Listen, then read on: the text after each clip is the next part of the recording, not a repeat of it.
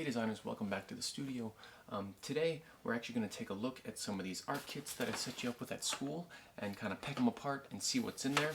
Make sure you have everything that you're supposed to have and also get a sense for what can stay here at your home studio and what's going to have to go back and forth between school and home. Right? Some of your kit doesn't have to go back and forth every day, especially you 3D design students who have a lot of extra supplies in your kit. But your kits are full of basically everything you're going to need to be successful this semester. I may have to distribute small things here and there, and you may have to find something, around the house, but for the most part, everything that I've given you in these kits should set you up for every project that we'll do.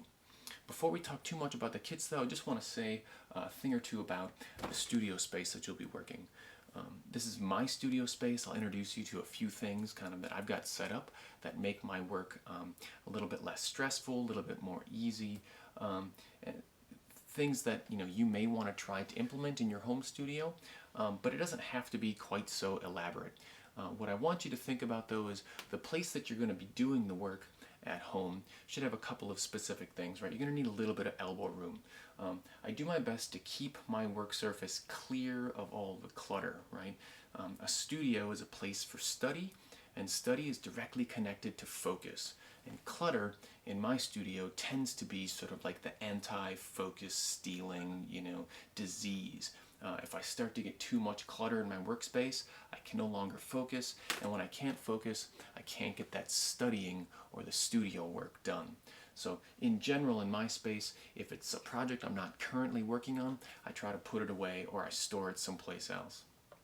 Now the other thing about that elbow space is the elbow room is we're going to be working on projects that you're going to want to have set up and leave set up.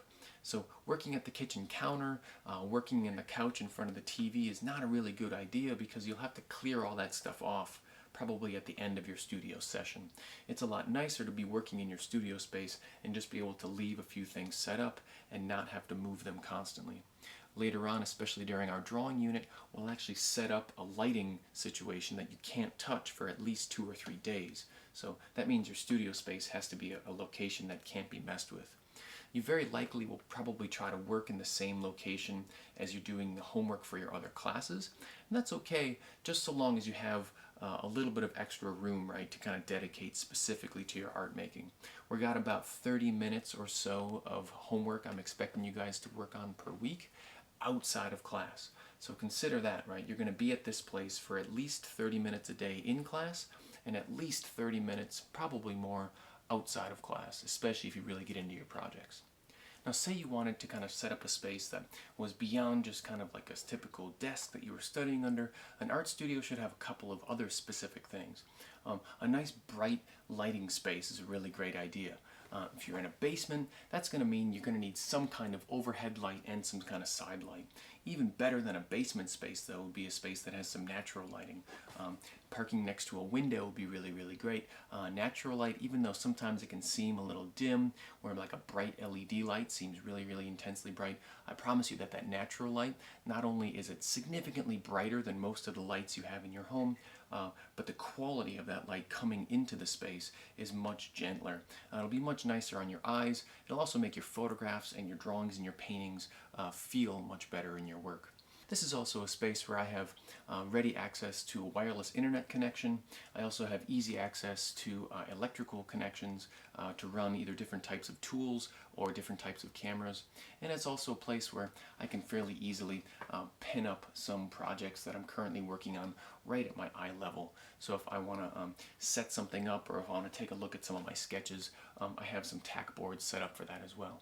Now in my setup, I also have a few different sort of camera rigs. That's really specific to this kind of encounter though, is I'm going to be recording a lot of videos for you guys. Typically, I'm not doing a lot of video recording in my own studio, but I could show you in a later video how I've rigged up the camera system in order to make this well-lit, easily streamable art studio as well. So let's take a look at these art tubes. Okay, so your 3D design kit is sort of broken up into a couple different pieces. At school, I gave you an art tube that's full of a bunch of stuff. I gave you a sketchbook that's got a bunch of stuff in it, and I gave you a folder.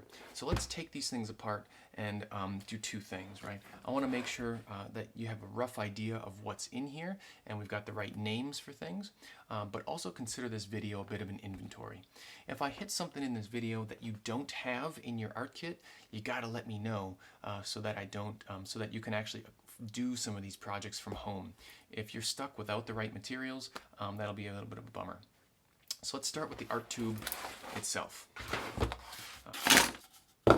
So we've got a bit of a mess in that art tube. Let's get it all organized and separated so that you guys can sort of see what you're looking at.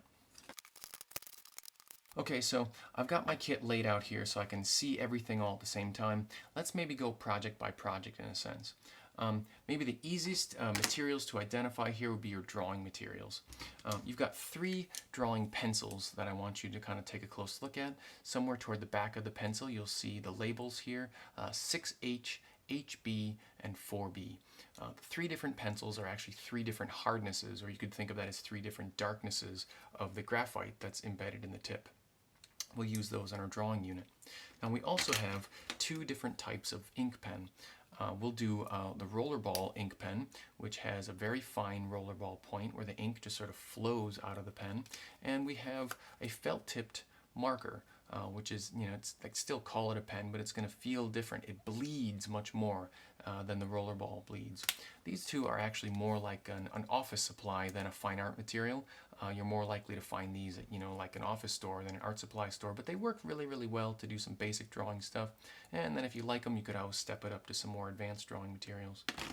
You've also got in your art kit some vine charcoal. Now, I've actually already put my vine charcoal into this plastic tube that my X-Acto blade came in. If you have just your charcoal in a bag in your art kit, it's a good idea to put it in this plastic tube. As soon as you take it out, you'll get a sense for why. This is vine charcoal that's actually just charcoalized sticks, right? Like they're turned into a drawing media just by burning them. So they're really black, right? They'll get you and all of your art kit turning black in no time. They're also very fragile. The possibility of you snapping one of these things is really good, especially if you're handling them or just throwing them into your art tube. So if you store them in the plastic tube, you can avoid both of those things.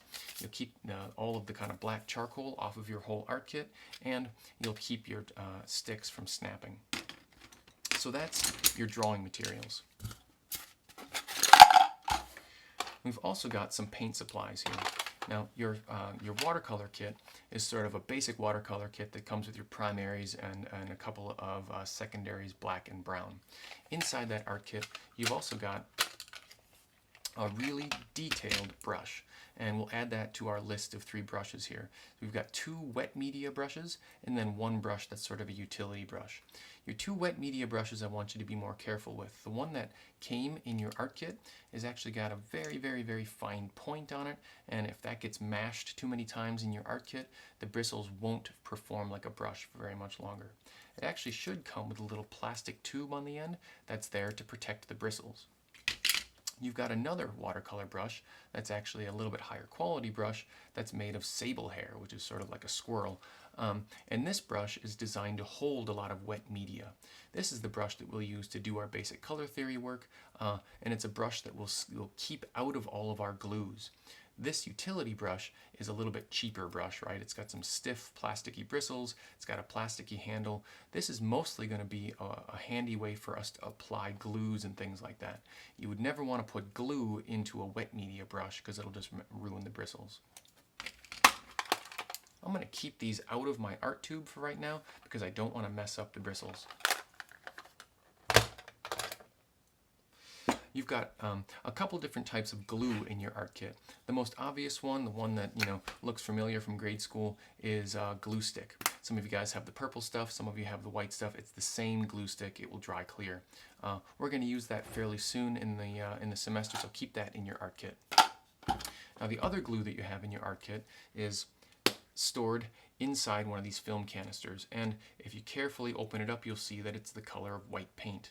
This glue is called PVA glue, and it's actually a bookbinder's glue that dries clear, but it dries flexible. It's a really interesting glue. It's going to allow us to do a bunch of different things, and I buy it in bulk, right? So these film canisters store a little bit. As you run down, bring it to school, and I'll hook you up with some more. It'll get all over you though, and all over the inside of your art kit. So unless we're doing a project where we need it, let's leave it at home. Now, we've also got a couple of supplies in your art kit for a unit on sewing and threading. You've got a pre-wound bobbin. These are actually bobbins designed to fit into sewing machines, and I buy them in bulk, right? It's a handy way to store all of the thread that you guys have, and they're reasonably inexpensive. If for some reason you really get into it and you use up all of your thread, let me know and I'll reload your bobbin. I also have in your art kit a sewing needle, and this needle has an eye on the end. It's where you thread the thread through.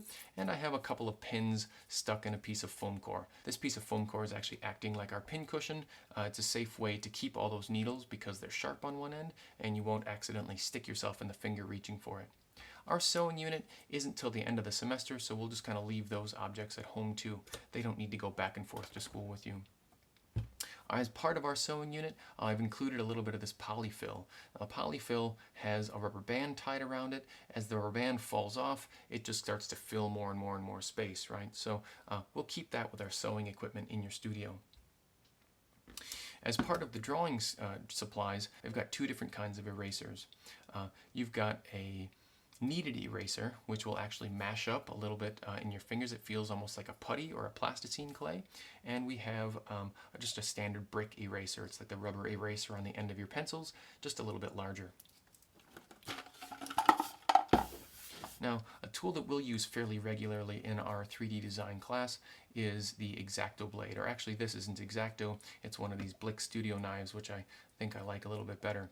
It comes with this plastic cap on the end that's going to keep you from accidentally poking this thing into your hand as you're digging into your art kit for materials. Whenever you're traveling, keep that thing covered with the plastic tip. If you lose that plastic cap, come and find me and I'll show you a way that we can travel safely with it even without the cap. The blade that's mounted in the end is really sharp. Okay, it's got a nice sharp point on the end and it's got a razor sharp edge. But over time, those blades will dull or they'll break. So what I want you guys to see is eventually how these blades will be replaced. And you actually have a couple of replacement blades stored in the front cover of your sketchbook. I taped them in at the beginning of the semester, and for now that's probably not a bad place to keep them, although eventually if you need to kind of store more blades in your sketchbook, that may just kind of fall out on you, so we'll store them at home most likely. For now though, that blade should be plenty sharp. Leave it in place in the top of your X-Acto blade. Get your plastic cap on, and that'll come back and forth to school with you. We've also got a couple of different pieces of wood for a few different assignments. Now, you should have a bunch of these wooden sticks. 8 of them are 1 dimension, and 4 of them are slightly smaller dimension. The smaller dimension sticks are a little bit more flexible, and the kind of larger diameter have a little bit more stiffness to them. Just keep the little bit of blue painter's tape I have wrapped around the end, and these can live at home until they come to that assignment. We've got a popsicle stick loaded into that art kit that we will actually glue down some sandpaper to, and this is going to be sort of like a sanding device. But for now, let's leave it in the art tube, that way we don't lose it. It's not a bad idea to have access to some rags this semester. I gave you your first rag. It's just a kind of a cheap painter's rag. Paper toweling is also a really handy tool to have around as well. That can live in your art tube. Now, somewhere in your art tube, you've also got this piece of black shock cord. Let me show you what that's for. I'm going to thread one end through the top hole in the art tube, pull it all the way through, and tie a little knot in the end. When I pull that knot tight, and I flip my art tube around, pop off the other end of the art tube, and I want to pull some tension into it and thread it through this end as well. And with still some tension pulled on that line, tie another knot in that end so that it snaps back into place. Now your art tube has a bit of a bow and arrow string on one side. And then attach your sketchbook to your art tube. By threading it onto the front page of your sketchbook, It all stays put. That'll come back and forth to school with you. And I highly recommend getting your name down the side of the art tube and your name on the front page of the sketchbook. If you've got your name on these things, it'll be pretty hard to lose it at school. Even if you leave it behind, I'll make sure I get it back to you. Okay, so the last thing we'll take a look at is everything that's bound together in the folder that I've given you. One of the first things that I've got, it's tucked into the kind of top of the folder, is your straight edge. Now you can pop it out of the plastic, but shortly after that, I recommend actually getting that into the front page of your sketchbook, the pocket that we've made here. We're going to need that for the very first day of class. The front pocket's also not a bad place to have your syllabus stored. Not a bad idea to travel back and forth to school with this in the front page of your sketchbook. These two circle templates are pretty easy to identify. You can pop them out of the plastic if you want, but we won't come back to these until our drawing unit. So we can leave these set aside at your home studio, and I'll let you guys know when you need to bring them back to school. In terms of the materials that I've given you, a couple of rigid materials. One of them looks and feels like black cardboard, and the other two are literally just cut up sheets of corrugate cardboard, single corrugate cardboard. Cardboard is probably one of the cheapest and easiest materials to come by for doing basic structural mock-ups in the class. I've cut your first two pieces. If you need more, you can always get some more from me at school, but honestly, if you just raid your recycling bin outside, single corrugate is pretty easy to come by thanks to Amazon and all these other online companies shipping you things during the pandemic. The foam core is a little bit nicer material. It's about the same thickness as a single ply cardboard, but it's a foam paper laminate, so the edges are all uniform. Where on a piece of cardboard, unless you're cutting on the bias or the diagonal, you'll have corrugate exposed as an end grain, so to speak, and then you've got somewhat more of an ugly kind of like cross section. So depending on which side you're looking at, cardboard can be a little bit messier, where foam core is a much cleaner look. Cardboard's a really great material for mock-ups, where foam core is a material where you might want to do some more finalized designs. You've also got a couple pieces of sandpaper included. Sandpaper comes in a variety of different grits. I've given you two sort of medium grits. They're not super coarse, but also not very fine. 120 and a 220 grit. These are good ones to keep at home. If you ever run out or you need some materials at school, I can always give you a small scrap at school to work with. We'll probably end up cutting these up and doing all sorts of work with them. These are good starter pieces. Two pieces of sort of semi-rigid felt. The colors that I've given you, you're welcome to kind of trade them with somebody else in the class, but we won't be needing these until our sewing and soft sculpture unit. But the biggest reason I want to be looking through our sketchbook is to properly identify the papers that we have in here. Each project that we'll be using specialty papers for has a really specific paper in mind, so I don't want you to accidentally use a more expensive or a less expensive or a higher quality or a lower quality paper and get them mixed up. The first piece I have on top here is your charcoal paper, and what the charcoal paper feels like is that it has a very sort of soft texture on the surface. It's a little bit thick and sounds a little thicker than an average piece of sketchbook paper. If you hold it up to the light, you may actually even have a watermark. This is manufactured by a paper company called Canson. You may even have a sticker on the back. This Canson drawing paper is where we'll do our charcoal drawings, and so you can write the word charcoal down here in the corner. That way you've always got that one identified. The texture on this paper is going to hold the charcoal better than all of your other papers that we have. Now these ones are really crucially important. We're not going to need them till our painting unit, but your watercolor papers are the thickest paper we have. They've got kind of a low tone when you wiggle them. They've got a pretty good thickness to them. It's the thickest paper I've given you, and just to make them really easy to identify, I've cut them down to be slightly smaller than everything else.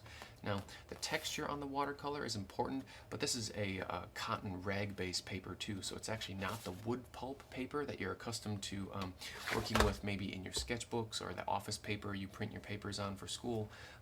The cotton fiber in here is important. It actually helps stand up to the abuse that we'll add with watercolor. We'll be able to continually work more and more wet media into it, and the paper won't break down. You should have two pieces of watercolor paper. Put the word watercolor down there in the corner in pencil. That way they're easy to identify.